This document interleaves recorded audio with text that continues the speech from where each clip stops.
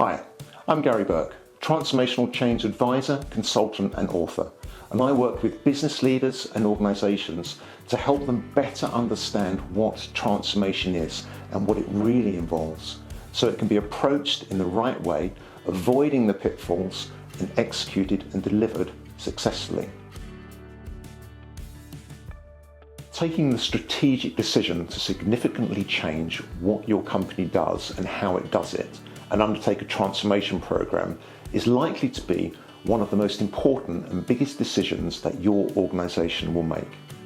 The investment made will define the company's direction and shape its operation and performance for years to come. So it's important to get it right. But getting it right is more involved than you may realize. Business, digital, or any other flavor of transformation is like an iceberg. You may only be aware of a fraction of what's actually involved. However, there's a lot that needs to be understood and considered that isn't necessarily obvious or visible. The stuff you really need to be aware of to avoid ending up with the transformation program equivalent of the Titanic. If you look at any of the hundreds of case studies and reports produced over the years about why transformation initiatives have failed or not been anywhere near as successful as expected, you'll find the common reasons include unclear goals, lack of buy-in, not understanding customer needs, not changing the culture, etc. Combinations of these reasons are often given as the causes for the lack of transformation success, and they come up time and time again. But if they've been known about for years, and they have, why do they still occur? It's because these are just symptoms of two fundamental underlying root causes.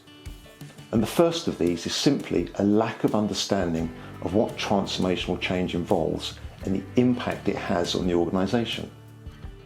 Now, depending on the drivers for transformation, the leadership team will have a certain appetite for the amount of change that it's comfortable with and that which the organisation can support.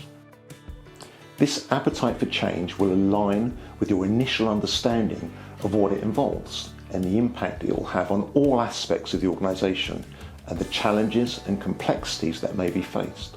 And from this alignment, expectations will develop and crystallise around costs, benefits, effort and timescales.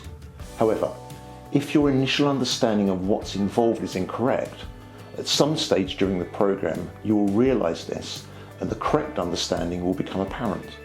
The resulting misalignment of understanding and appetite will need to be bridged, either by increasing your appetite for change and the associated costs, or by reducing scope to stay within your original appetite and budget. In extreme cases, the program may no longer be viable, resulting in it being shut down.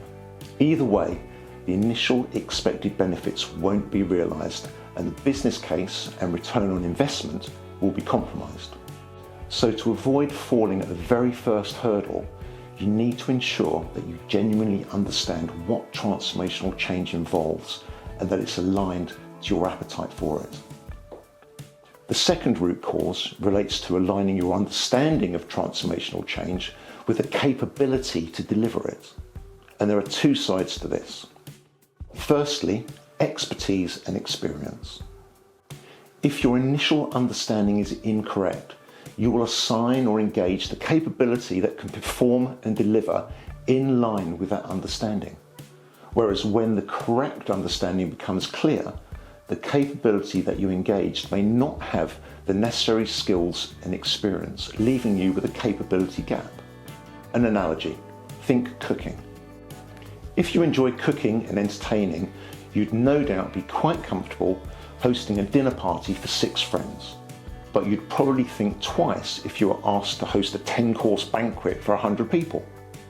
This is still cooking, but you'd know that the banquet is more complex and presents far more challenges and requires specific skills and experience to do it properly. Transformational change is like the banquet. If you don't fully understand the extent of what's involved, you'll approach it like cooking dinner for friends, and you'll be on the path to failure before you've even begun. The second aspect relating to capability is motive. Whether the capability you've engaged to help with your transformation program, the solution providers and consultancies, are always acting in your best interests. Are your objectives and goals aligned and fully shared by them, or do they have their own agendas? You'll care about approaching and executing your transformation program in a cost-effective way that delivers strategic goals, enables you to move to a new operating state with new ways of working, and realize all the benefits you expect to achieve at the earliest opportunity.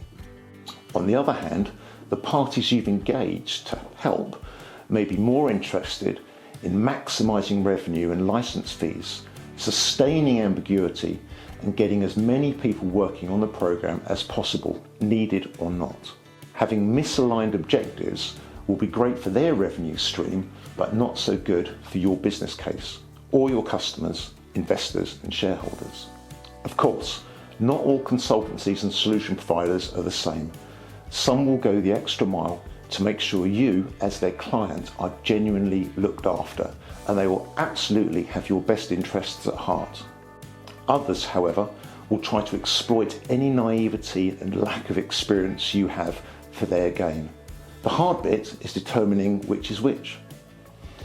So to maximise the chances of successfully transforming your organisation, you need to be in the space where your understanding of transformational change is aligned to your appetite for it and the capability to deliver it.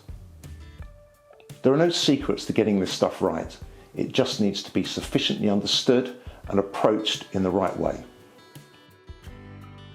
You can read more about this and other transformation insights in my book, A Transformation Lens, available on Amazon. And if you'd like to get in touch, you can contact me via LinkedIn or through the rabbitsfromhats.co.uk website.